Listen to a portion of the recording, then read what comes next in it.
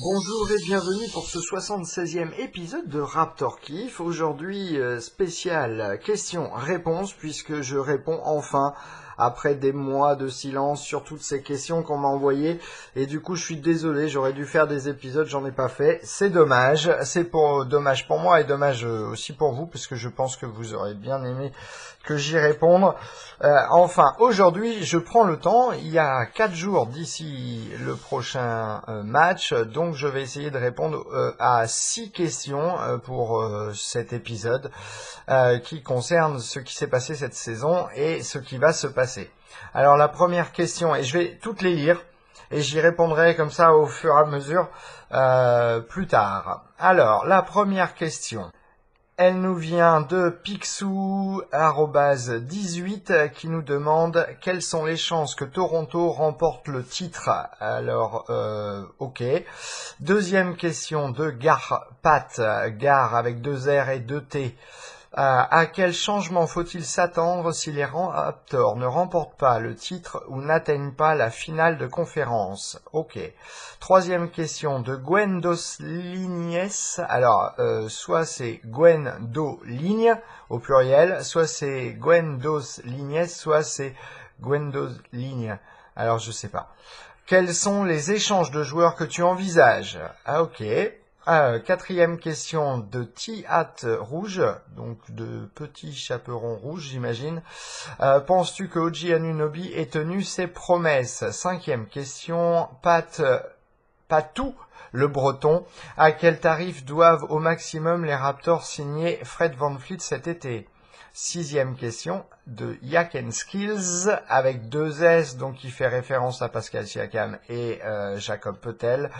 Que penses-tu de Pascal Siakam et de son évolution de sa première année, à cette belle seconde saison? De même pour Jacob Poeltl, je m'en doutais. Alors, pour répondre à la première question qui était quelles sont les chances que Toronto remporte le titre? Alors, pour moi, je situerais les chances des Raptors remportant la finale à 2%.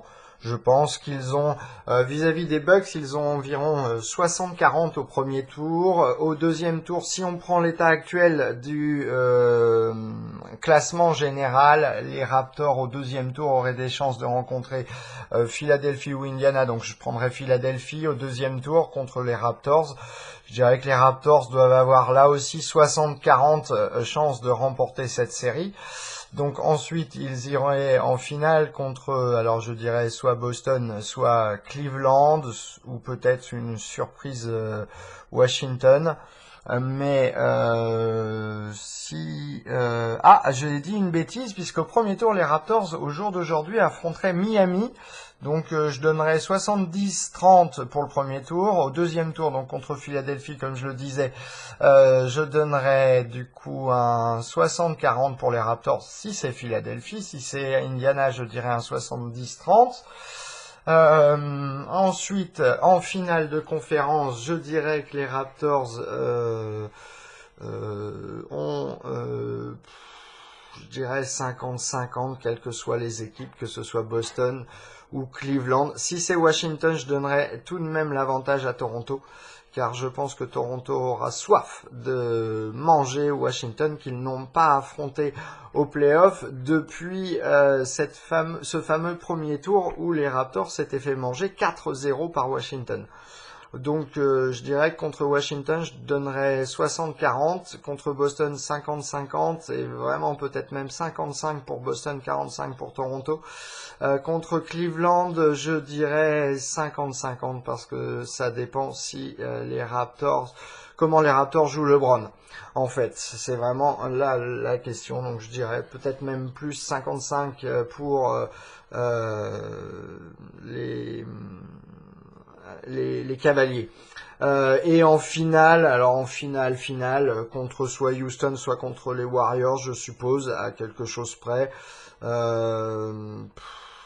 Je dirais que les Raptors ont 30% contre 30% de chance contre Houston et peut-être 20% ou 15% de chance contre les Warriors.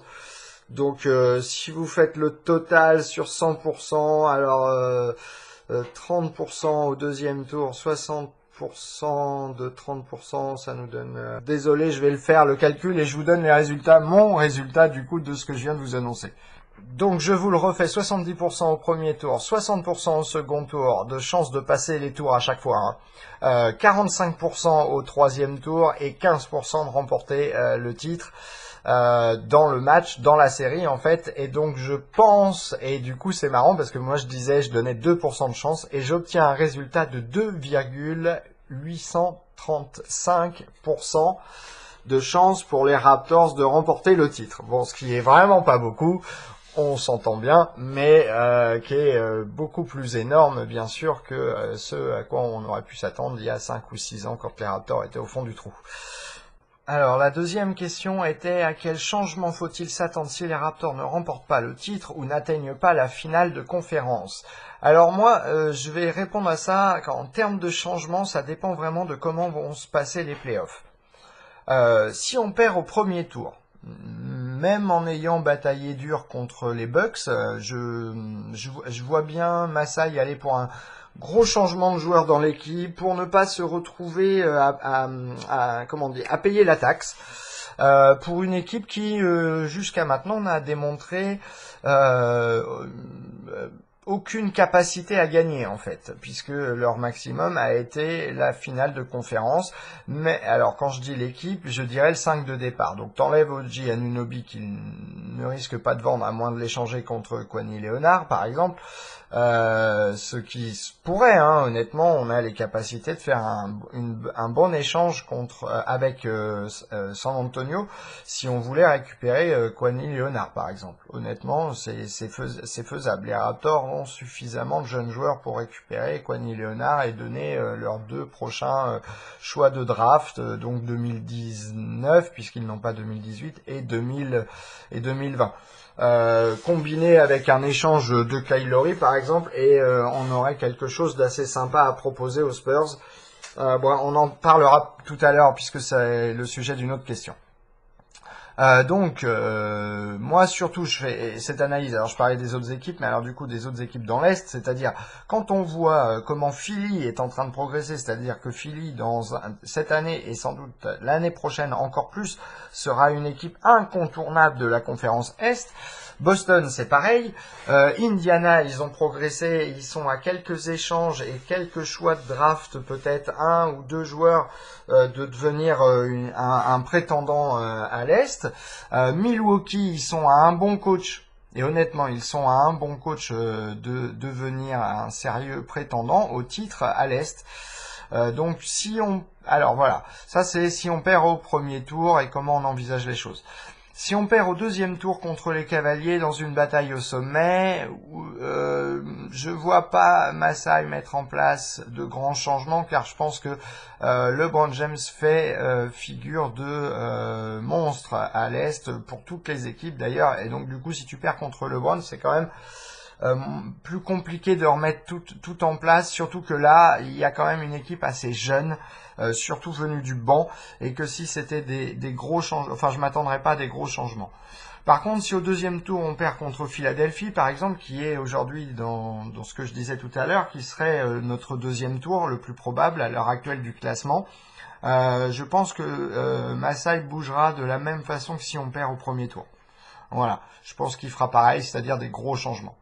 Et on en parlait tout à l'heure, un Kyle Lowry ou faire venir un Kawhi Leonard ou des choses comme ça peut être des changements envisagés et sérieusement envisagés par Masai.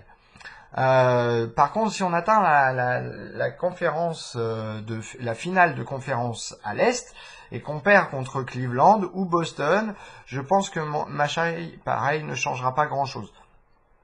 Il attendra en effet que ces jeunes joueurs prennent en maturité et en assurance, je pense, c'est la bonne chose à faire. Ou bien le potentiel des jeunes, ouais c'est ça, le potentiel des jeunes. Alors je suis désolé, je suis en train d'écouter en même temps mes écouteurs où j'ai pris quelques notes pour ne pas oublier des choses. Donc, ou alors, dans cette situation, avec un banc bourré de jeunes, avec du talent, et qui du coup vont pousser pour des minutes, soit tu ne changes pas grand-chose et tu re-signes Fred VanVleet, ou tu re-signes Delon White à un contrat supérieur, et donc tu risques de payer une taxe.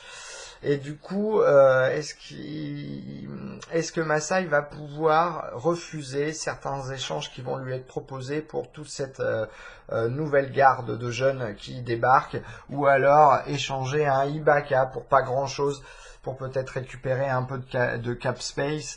Ce genre de choses va être peut-être compliqué pour Masai à refuser. Et puis, si on va en finale de NBA et qu'on tombe contre Houston ou les Warriors par exemple, et même si on gagnait, donc je partais du principe qu'on perdait en finale, même si on gagnait, je pense que cette équipe restera la même. Et je pense que Masai aura les coups des franges pour pouvoir payer et du coup aller au-dessus de la taxe pour garder cette équipe et se dire, attends, si on gagnait par hasard, je pense que dans cette situation-là, il garderait la même équipe et qu'il espérerait que des joueurs comme Norman Powell ou CJ Miles aient une bien meilleure saison que ce qu'ils ont eu cette année et que d'autres joueurs continuent de la même façon. Je pense que dans ces cas-là, tu gardes tout le monde et tu les re-signes parce que tu sais que dans un an, ils vont valoir des sous. Et comme je viens de citer les situations, on va passer du coup à la troisième question qui m'était posée. Gwendos Lignes, quels sont les échanges de joueurs que tu envisages? Alors moi j'envisage aussi le pire là dans les playoffs parce que je citais les situations. J'envisage aussi le pire. On peut se prendre une raclée au premier tour comme c'est arrivé il y a 3 ans ou 4 ans. Surtout si on prend en compte que Miami, par exemple, qui serait notre adversaire actuel, ou Milwaukee, puisqu'ils sont à un demi-match de goal average d'écart, donc rien n'est fait jusqu'à la fin de la saison, l'une de ces deux équipes sont plutôt bonnes défensivement et ont des jeux qui ne conviennent pas beaucoup aux Raptors. Bon, contre Milwaukee, on le sait, tout au long de l'année, ça a été des matchs qui sont allés en prolongation. Contre Miami, ça a été des matchs au couteau. Donc, à un moment donné, voire même, je crois que Miami a l'avantage dans les confrontations avec Toronto 2 contre 1 cette saison. Il faudrait que je vérifie, mais je crois que c'est ça. Bref, je pense que Masai a pas mal d'opportunités cette saison. Je pense qu'aussi qu'il a fabriqué ça. L'année dernière, il s'est dit il faut que je change des choses. Il n'a pas tout cassé. Et il a pas, il a payé cher le fait de donner, comment il s'appelle, DeMar Carroll aux Nets, puisqu'il a donné son choix de draft, de draft de cette année. Mais du coup, il est dans une position relativement favorable pour cet été, puisque quels que soient les résultats des Raptors au playoff, il a un panel de possibilités avec ce qui s'est passé cette année. C'est-à-dire qu'on sait que Kyle Lowry peut jouer moins, peut jouer en dehors et a toujours un impact aussi positif sur les matchs. On sait que DeMar DeRozan a évolué et qu'il est toujours pas à son niveau maximum puisqu'il peut marquer comme il veut. C'est un très bon scoreur et c'est devenu un très bon passeur et sa défense s'est améliorée. C'est toujours pas un défenseur positif, mais c'est déjà moins un défenseur négatif comme il avait pu l'être dans le passé. On sait que OG Anunoby est devenu un joueur non pas incontournable dans le 5 de départ, mais qui a un aspect plus positif. Il a atteint le mur de rookie, dont vous entendrez sans doute parler plusieurs fois si vous aimez le basket. Et la NBA surtout, le mur du rookie, ça se passe à peu près à la deux tiers de la saison, où d'un seul coup, le joueur a joué plus de matchs de basketball intense dans cette première saison qu'il n'en a joué soit pendant sa carrière au collège, soit en Europe, soit en high school, enfin etc. Donc du coup, les joueurs atteignent ce mur. Et là, on l'a bien vu, OG a atteint le mur.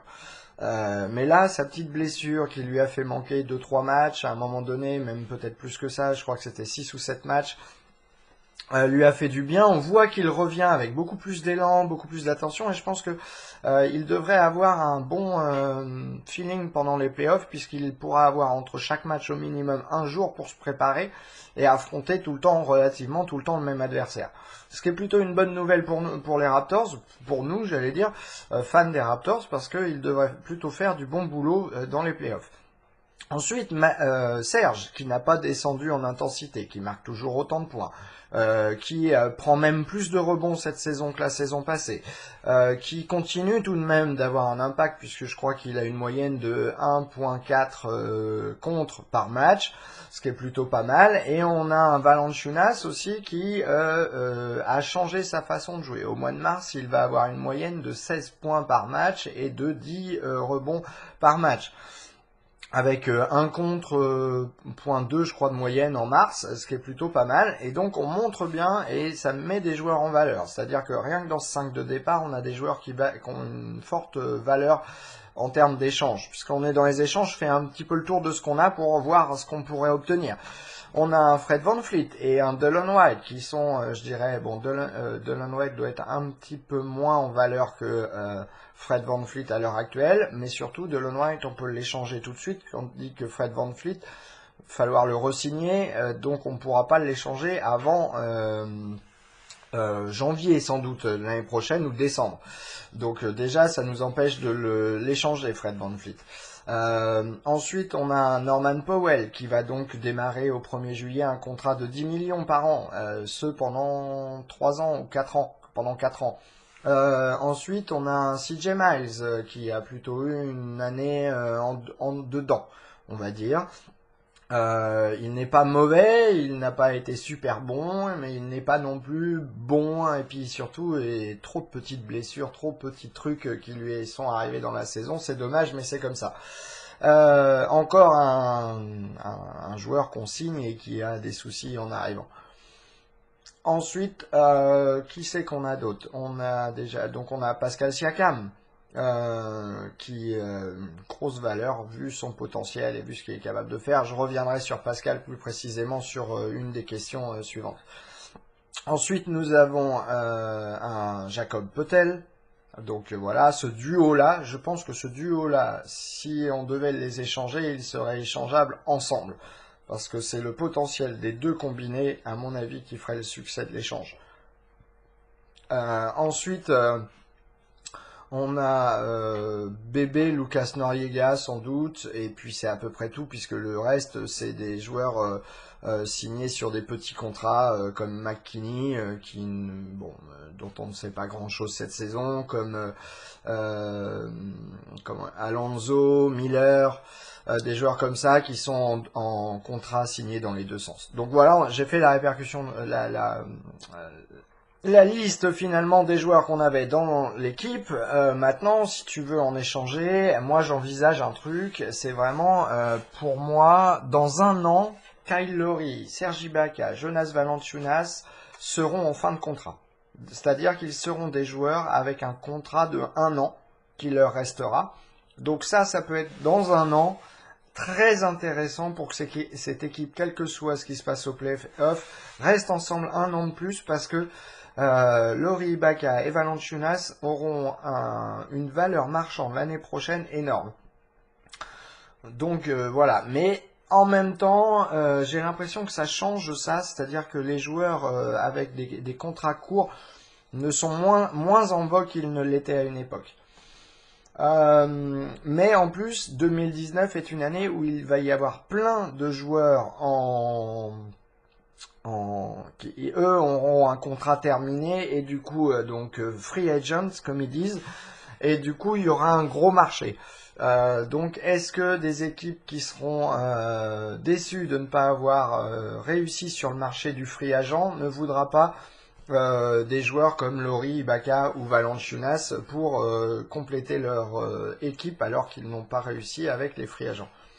Ça, c'est une autre question qu'on peut se poser, qui sera, voilà, que je mets comme ça sur le tapis pour envisager d'autres échanges, même si du coup, les échanger cet été amènerait des équipes à nous donner plus de retours en se disant, ouais, mais on va avoir les joueurs pour 2 ans au lieu d'une seule année. Surtout que cette année, il n'y a pas beaucoup vraiment de free agents intéressants sur le marché et pas forcément tant de très bons joueurs que ça sur le marché non plus à échanger, je veux dire, d'équipes à échanger. Il y aura sans doute Memphis qui va regarder à droite et à gauche ce qu'ils peuvent faire avec Mike Conley et Marc Gasol.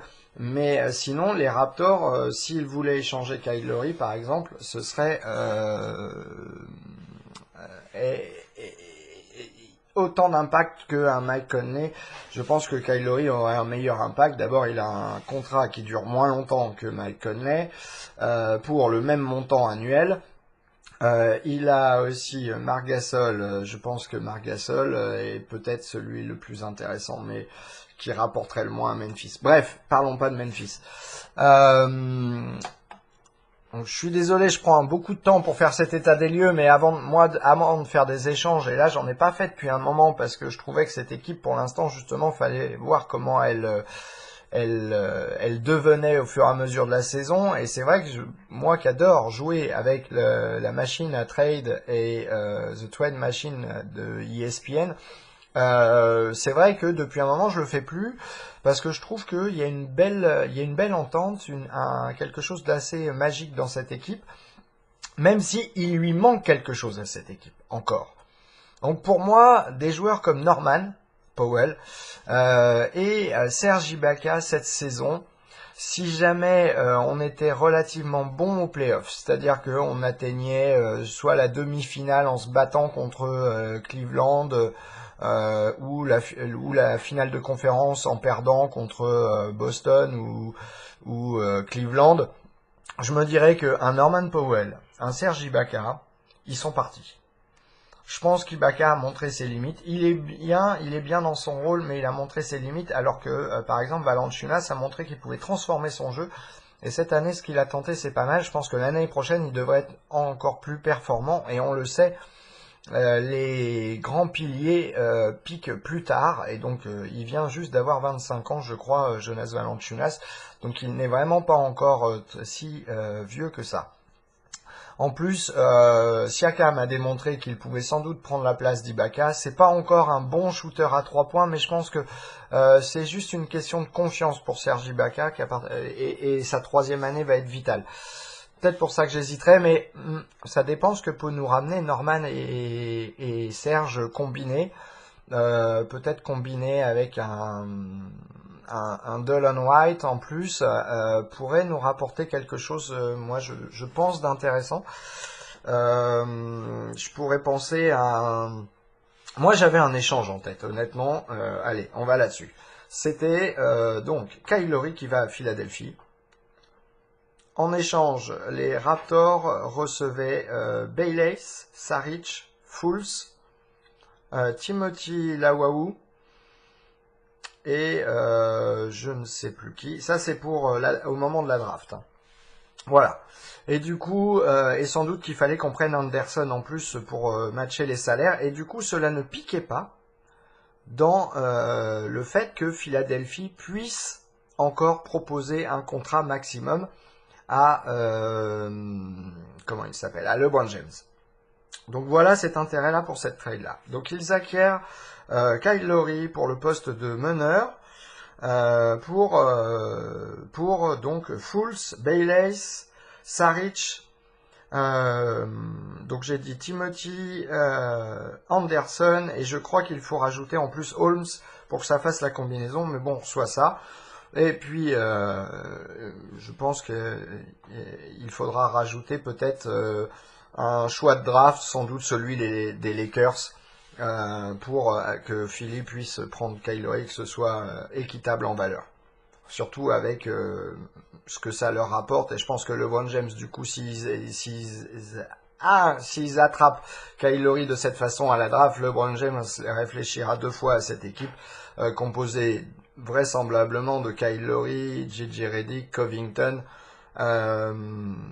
Comment il s'appelle, j'ai perdu son nom, le joueur australien de cette année, le rookie de l'année en plus, Ben Simmons, voilà, et Joel Embiid. Si tu rajoutes par-dessus LeBron James, ça c'est une équipe qui pourrait tout dévaster, et surtout que Philly a les moyens financiers d'acquérir ou de proposer un gros contrat à LeBron James.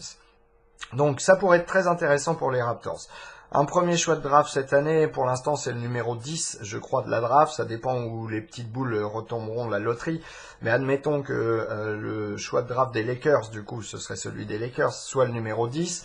Ça ferait un choix numéro 10, Fultz, Saric, qui reviennent dans l'équipe pour en échange de Kyle Lowry et Bayless qui est un joueur du coup avec un contrat de 9 millions mais qui est en expiring, donc qui se termine à la fin de la saison prochaine, ce qui est plutôt un bon placement. Et puis ça fait un bon troisième meneur pour les Raptors venu du banc, payé cher mais ceci dit on le sait en fin de contrat. Et puis un bon shooter à 3 points, ce qui est plutôt une bonne chose. Pour moi ça peut être pas mal. Et du coup ce serait un échange à 3 équipes. Toronto enverrait Fultz avec Saric, et du coup, alors faudrait regarder parce que alors Norman et Ibaka avec j'enverrai Oji Anunoby avec à San Antonio pour récupérer du coup Leonard et donc le premier choix aussi de draft, j'ai oublié, le premier choix de draft des Lakers de cette année plus celui des Raptors de l'année prochaine et alors des Raptors de 2020 et de 2022.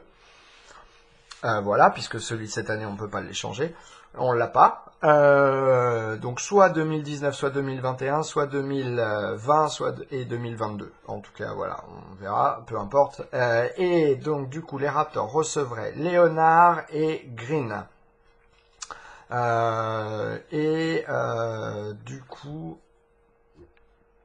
Du coup, San Antonio refournit complètement son effectif avec donc ça lui ferait Fultz en numéro 1, Norman j'imagine en numéro 2, nous aurions en numéro 3 Oji Anunoby, en numéro 4 du coup Serge Ibaka, je suppose, et en numéro 5 Lamarcus Aldridge, ou l'un ou l'autre inversé, avec Saric venu du banc, et tous les joueurs actuels que San Antonio a, donc un Gasol ou un Murray à la main, ou des choses comme ça. Je pense que ça peut être intéressant pour, surtout s'ils ont un 10e choix de draft, et puis actuellement ils doivent aussi avoir le 20e choix de draft, puisqu'ils auraient leur choix de draft aussi.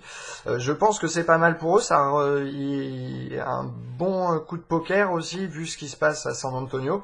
Et Toronto qu'aurait donc Leonard. Donc Toronto, au final, se retrouverait avec Fred VanVleet à la main, comme je le disais, qu'on re-signe pour environ, je crois que le MLE doit être à 8,2 millions par an. Donc ça doit aller Fred VanVleet, DeMar DeRozan, Kawhi Leonard. Du coup, je mettrais plutôt même Green en 3, Kawhi Leonard en 4 et en 5, Valanciunas à l'intérieur.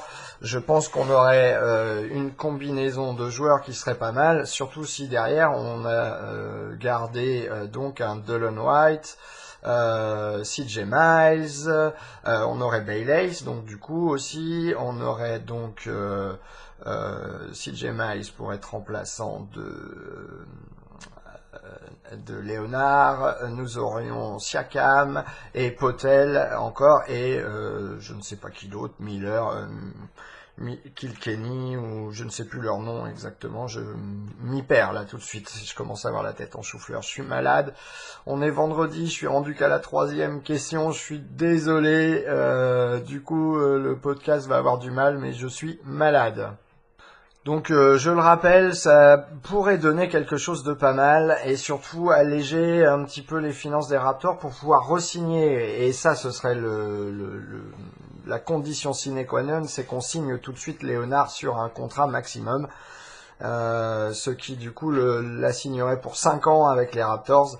ce serait plutôt pas mal vu ce qu'on a dans l'effectif actuellement, et je pense à l'avenir que si l'année prochaine on démarrait Green en 3 et Kwani en 4, on aurait vraiment quelque chose de sympathique, et peut-être d'ailleurs un joueur ou deux qui viennent du banc qui soit bon. C'est sûr que là on aurait complètement dévasté un petit peu notre effectif et le transformer, puisque ce serait le départ de Laurie, de Norman, de Serge Ibaka. Mais je pense que c'est plutôt une bonne chose, puisque c'est des joueurs, Norman en tout cas qui n'est pas beaucoup utilisé, mais en dehors de Norman qui n'est pas beaucoup utilisé, mais deux joueurs essentiels aux Raptors cette saison, Laurie et Ibaka, remplacés par, je pense, un joueur qui en tout est meilleur, c'est-à-dire Kwani Leonard. Maintenant, il faut savoir s'il est en forme. Ça, c'est la grosse question. Mais ça, moi, ce serait un petit peu l'échange intéressant. Sinon, si ça se faisait pas, cet échange, je garde l'échange pour Kyle Lowry et je fais un échange avec Denver. Je pense que Denver pourrait être intéressé pour recevoir Fools. Toronto recevrait Jamal Murray, Trey Lyles et, je sais pas, un Chandler, par exemple.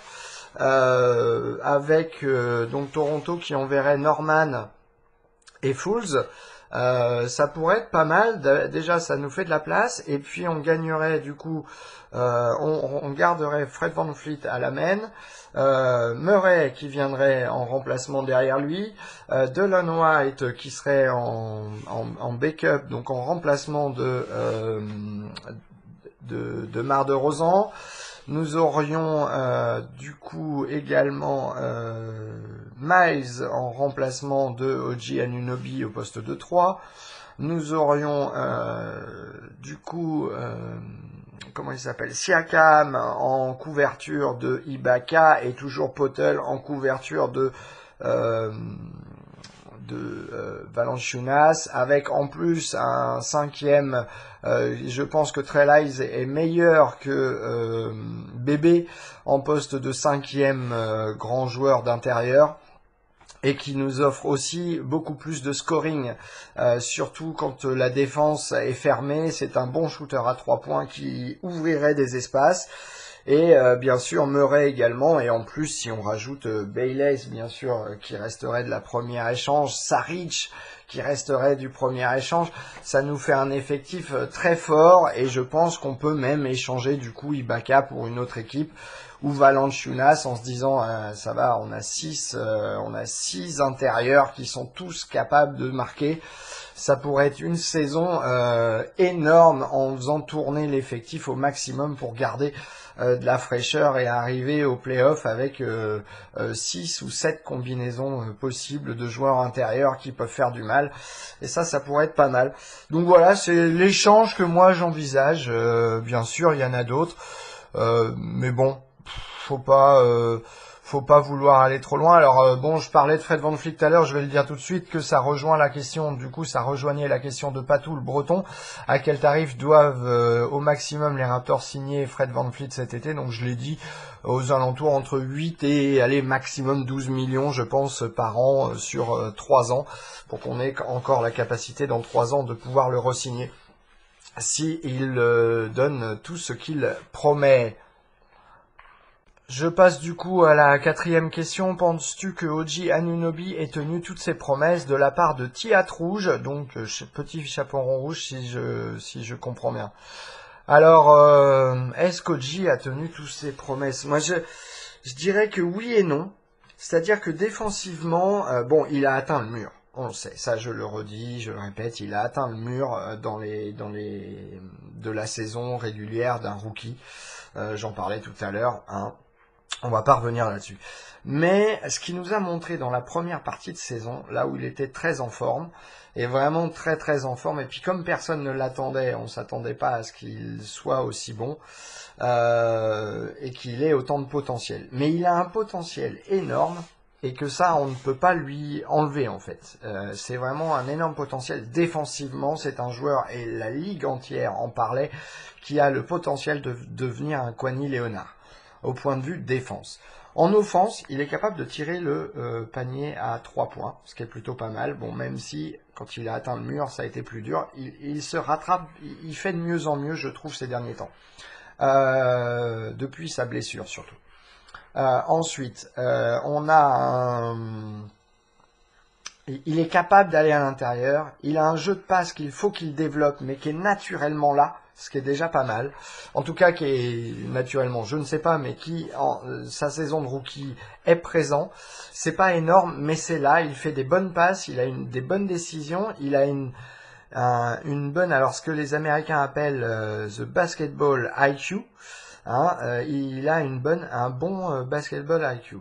Et ça, c'est très important chez un jeune rookie. Il a la tête sur les épaules, il ne s'enflamme pas, il ne cherche pas à faire des trucs complètement débiles. Il ne commet pas beaucoup de petites fautes bêtes, même s'il en commet. Mais c'est plutôt prometteur tout ça. Donc il a tenu ses promesses, oui, parce que pour moi, la promesse, c'est qu'il serait le numéro 3 de l'équipe, c'est-à-dire qu'il jouerait au poste 3, donc au poste de small forward ou d'ailier, comme on dit en France. Et ça, je pensais dès le début de la saison que ça lui serait acquis. Bon, il l'a acquis au bout de quelques matchs, et je pense qu'il a tenu son rôle, c'est-à-dire pour cette saison, jouer 15-20 minutes maximum dans un match, mais se comporter défensivement le mieux qu'il puisse dans ces maximum 20 minutes. Je ne sais même pas combien il a de moyenne cette saison. Il a joué 68 matchs sur les 76 joués, enfin voilà, il en a démarré 60 quasiment. Il a joué en moyenne, c'est ça, 20 minutes par match précisément. Il a tenté 4,6 tirs par match. Il en a réussi 2,1. À 3 points, il est à 36% de réussite avec 2,6 tentés et 0,9 réussis. Ce qui est pas mal pour une première saison et puis ce qui est de bon augure. Surtout, ils n'entendent pas tant que ça, donc c'est plutôt pas mal. Au lancer franc, par contre, il n'est qu'à 63% de réussite et il n'y va pas suffisamment puisqu'il a moins d'une tentative par match. Au rebond, il est à 2,3, ce qui n'est pas beaucoup. En assist, il est à 0,8, ce qui n'est pas non plus beaucoup. Il n'a pas beaucoup de blocs et 0,7 ballons volés par match. Par contre, il commet très peu de turnover puisque 0,6 et il marque 5,8 points de moyenne par match, ce qui est pas énorme pour un rookie. En même temps, il ne joue que 20 minutes en moyenne. Vous regardez un De Rozan dans son année de rookie, il avait joué plus de 20 minutes en moyenne par match. Donc pour moi, oui, pour répondre à la question, OG a tenu toutes ses promesses. Et vu qu'il y a les playoffs qui se précisent, je pense que on devrait découvrir un joueur encore plus, qui sera encore plus sur le devant de la scène forcément, et du coup on devrait en entendre beaucoup plus parler dans les semaines qui viennent, dans les mois qui viennent. Et puis je pense que l'année prochaine, il sera beaucoup mieux en place, beaucoup plus adapté, beaucoup plus au courant, je dirais, de comment se passe une saison NBA, puisqu'il l'aura déjà fait une fois. Il ne sera plus le rookie de l'équipe, donc ça c'est déjà important. Et en plus, comme je disais, il a démarré un nombre de matchs assez important cette saison, et je pense que ça va lui servir l'année prochaine. Donc il a tenu toutes ses promesses, et il y en a encore d'autres à tenir, dans le sens de ce qu'il est capable de faire. Je pense qu'il est capable de faire beaucoup plus que ce qu'il a fait cette année. Et s'il n'y a pas de changement, a priori, il devrait avoir un rôle plus important l'année prochaine que cette année. La cinquième question de Patou le Breton, à quel tarif doivent au maximum les Raptors signer Fred VanVleet? J'y ai déjà répondu, donc j'arrive maintenant à ma sixième question. Yak Skills, avec 2 S à la fin. Que penses-tu de Pascal Siakam et de son évolution de sa première année à cette belle seconde saison, et la même pour Jakob Poeltl? Alors on va commencer par Pascal Siakam, qui pour moi est un joueur qui a, alors lui, un potentiel, c'est comme OG. Pascal Siakam, il a un énorme potentiel. Alors, son défaut à l'heure actuelle, c'est que son jeu ne convient pas et ne risque de pas convenir aux playoffs. Et ça, je vais m'en expliquer. C'est-à-dire que quand la défense est resserrée, Pascal a beaucoup de mal à pouvoir s'exprimer. Et ça risque d'être un problème dans les playoffs. Cela dit, s'il arrive à prendre confiance dans son tir à 3 points, ou même dans son tir à 2 points, ou un peu plus dans ses hook-shots, parce qu'il tente des fois des hook-shots un peu trop... le ballon va trop vite en fait. Pour moi, c'est l'impression que ça donne de ce que je perçois dans le match, c'est que le ballon va trop vite, sa forme de relâche du ballon est trop puissante. Donc du coup, il n'y a pas assez de toucher encore chez Pascal. Et je pense que c'est le fait que cela ne fait que 7 ans, je crois seulement, qu'il joue au basket. Donc voilà. Mais ça, il va falloir qu'il apprenne à être plus doux dans ses tirs pour qu'il ait un meilleur taux de réussite sur le hook shot. Et je pense à une question de confiance en lui sur le tir. Et quand il aura ça, les playoffs et les équipes avec des défenses plus fermées, on est dimanche là, hein, je l'ai dit, je l'ai fait en plusieurs jours, on est dimanche 1er avril, et du coup dans le match hier soir contre Boston, ça se voyait. Ça c'est évident, ça se voyait vraiment très bien. Et ça risque d'être un problème dans les playoffs. Parce que si par exemple au premier tour on affronte Miami, Pascal risque d'avoir un gros souci pour pouvoir développer son jeu face à une équipe aussi défensive que Miami. Je pense que contre Milwaukee, il aurait plus de facilité à passer, puisque c'est des joueurs qui lui ressemblent et du coup ce serait une bataille de 1 contre 1. Mais contre Miami et on l'a vu hier soir contre Boston, du coup c'était vraiment compliqué pour lui d'avoir un jeu qu'il puisse développer. Donc ça c'est son défaut. Sur tout le reste, je dirais, tout le reste, c'est-à-dire les intangibles, c'est-à-dire en défense, le mouvement sur le terrain, le fait qu'il court comme un dératé, c'est l'un des joueurs les plus rapides de la NBA sans ballon. Du coup, il arrive une fois que le jeu offensif adverse est terminé et que les Raptors ont le ballon, c'est l'un des joueurs à chaque fois quasiment qui est le plus rapidement sous le panier adverse. Donc c'est vraiment impressionnant et ça fait partie des choses qui font de Pascal un joueur qui a beaucoup d'avenir. Pour moi, voilà, il y a beaucoup de choses. Il sait s'en servir, il commence à savoir s'en servir. Et je dirais que la première année, alors voilà, pour reprendre ta question, la première année, il s'est servi de ce qu'il savait faire, c'est-à-dire du fait qu'il courait, et donc on pouvait lui balancer le ballon devant, qu'il a des bonnes mains, qu'il a des bonnes façons de dribbler. Voilà, c'est ce qu'il nous a montré dans la première année. Et puis dans la deuxième année, il a appris des choses. Cette saison, il a appris des choses. On l'a vu, il a compris des choses dans sa première année, et là, il est capable de beaucoup mieux le mettre en pratique. Donc ça, c'est très impressionnant, et c'est vraiment une bonne... ça démontre qu'on a un bon futur avec Pascal Siakam. On a un bon joueur du futur pour les Raptors. Est-ce que ce sera un joueur qui sera dans le 5 de départ, ou est-ce qu'il sera toujours ce joueur venu du banc qui amène une énergie énorme? Ça, je ne sais pas. Pour moi, pour l'instant, s'il restait venu du banc, ce serait bien. Même dans mes échanges, quand je l'envisage pas forcément à la fin de l'échange comme étant celui qui va prendre la position dans le 5 de départ de numéro 5. Parce que pour moi, cette énergie qu'il apporte, c'est ce qui est essentiel à un joueur de banc.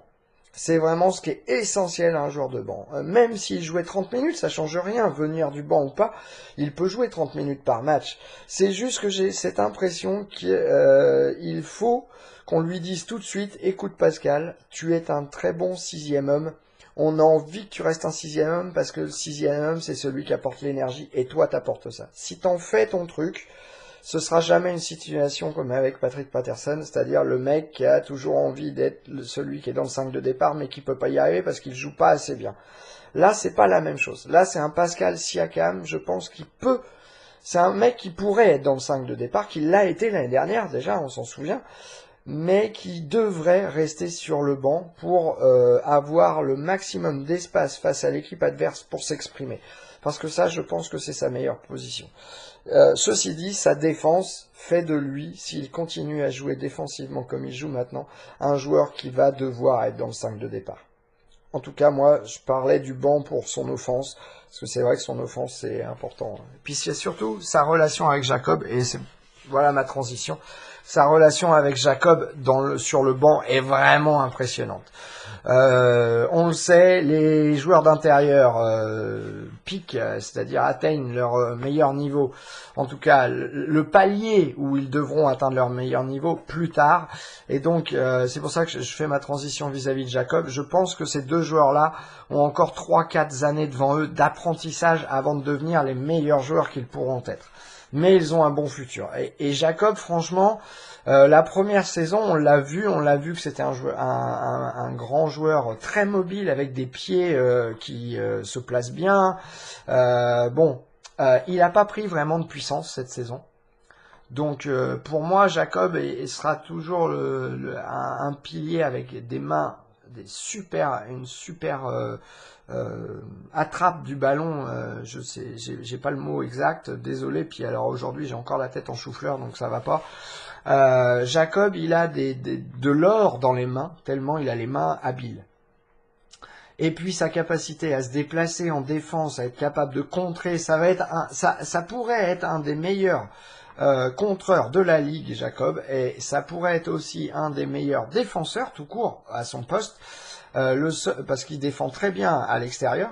Le seul souci, c'est vraiment qu'il n'a pas assez de puissance pour contrer des piliers qui sont plus lourds que lui.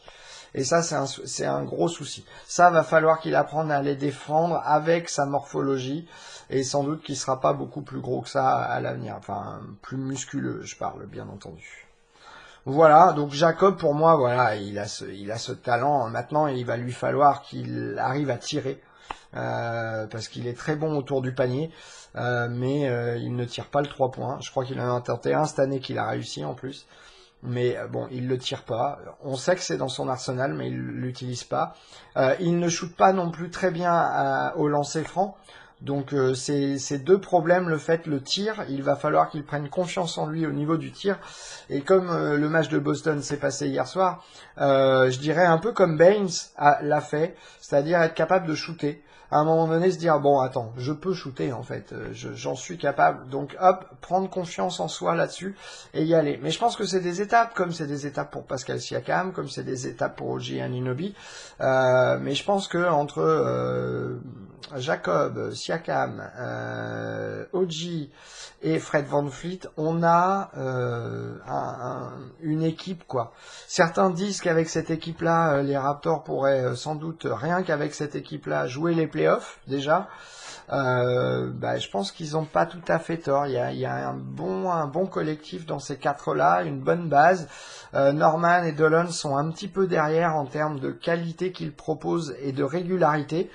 Mais sinon, je dirais que voilà. Donc bon, j'ai étendu un peu Pascal et Jacob à d'autres joueurs, mais c'est vrai qu'ils ont tous ça, c'est qu'on les voit atteindre des paliers en fait.